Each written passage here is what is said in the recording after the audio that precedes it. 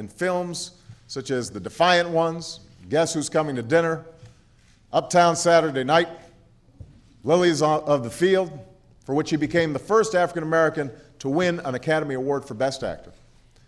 Poitier not only entertained, but enlightened, shifting attitudes, broadening hearts, revealing the power of the silver screen to bring us closer together. The child of Bahamian tomato farmers, Poitier once called his driving purpose to make himself a better person. He did, and he made us all a little bit better along the way. Dolores Conchita Figueroa del Rivera knows the adversity that comes with a difficult name. I can relate.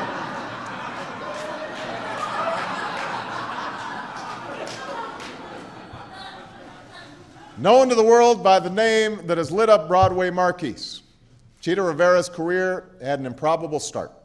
Accompanying a nervous classmate on an audition, she decided to audition herself and impressed the choreographer Jerome Robbins, who would make her famous as Anita in West Side Story.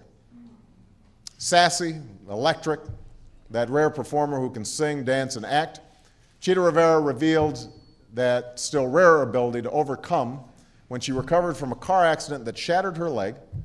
She ended up retaking the stage, won a Tony for Kiss of the Spider Woman. And like her unforgettable Anita, Chita Rivera has shown that life can indeed be bright in America.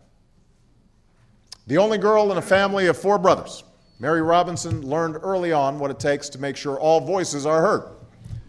As a crusader for women and those without a voice in Ireland, Mary Robinson was the first woman elected president of Ireland before being appointed UN High Commissioner for Human Rights.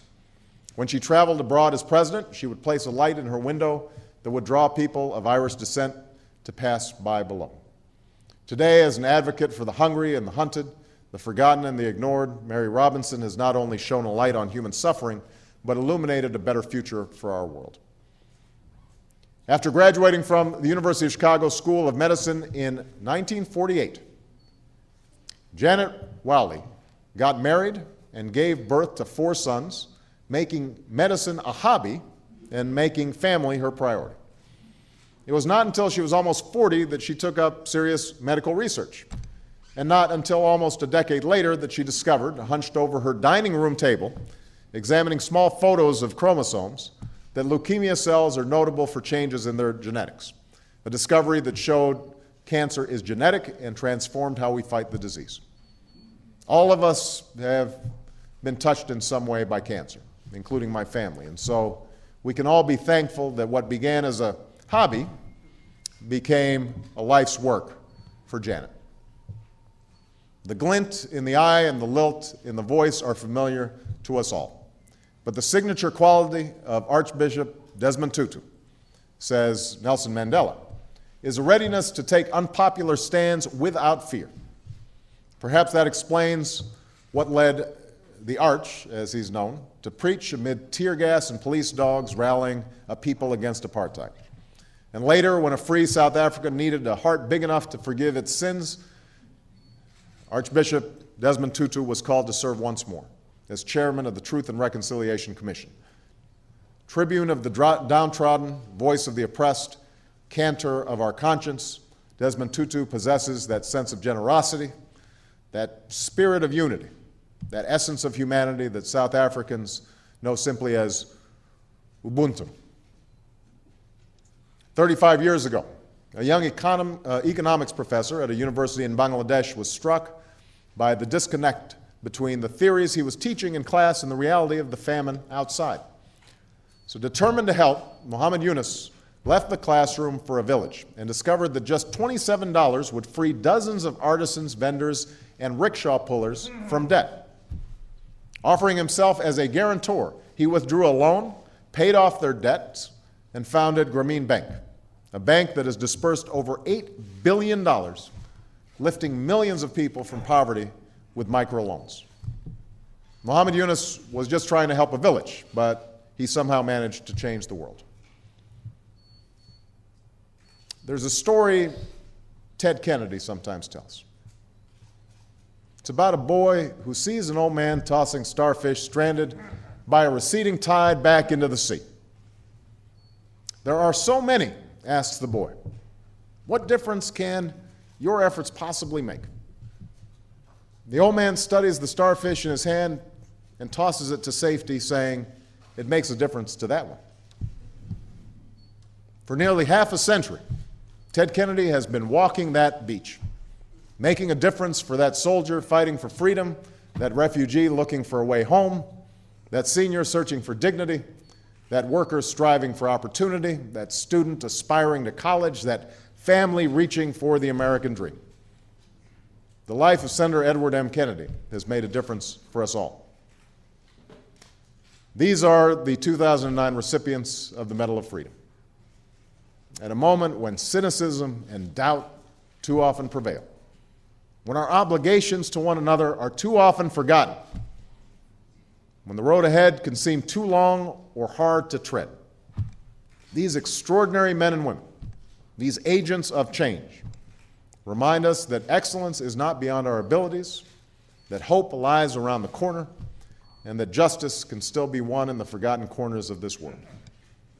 They remind us that we each have it within our powers to fulfill dreams, to advance the dreams of others, and to remake the world for our children. And it is now my distinct and extraordinary honor to ask each of them to come forward to receive their award as a military aide reads their citation.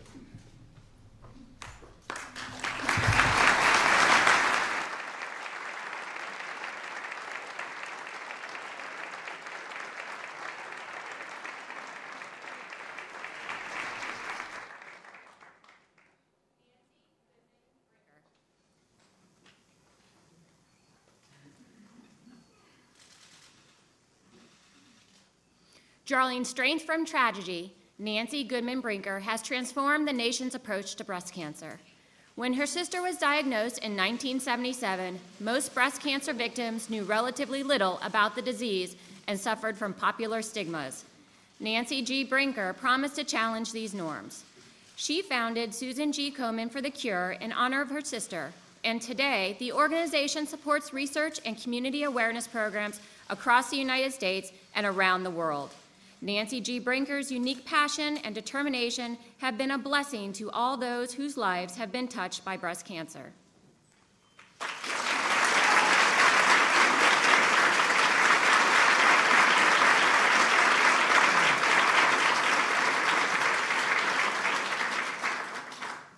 Pedro José Greer, Jr.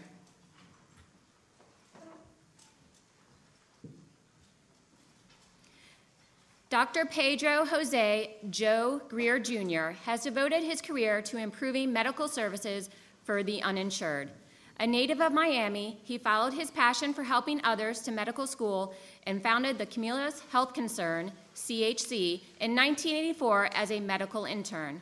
Today, CHC treats thousands of homeless patients a year, serving as a model clinic for the poor and inspiring physicians everywhere to work with indigent populations.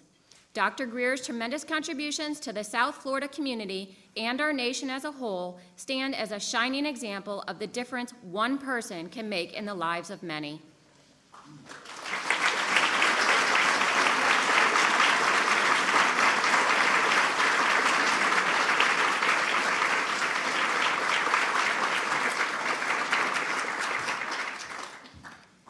Stephen Hawking.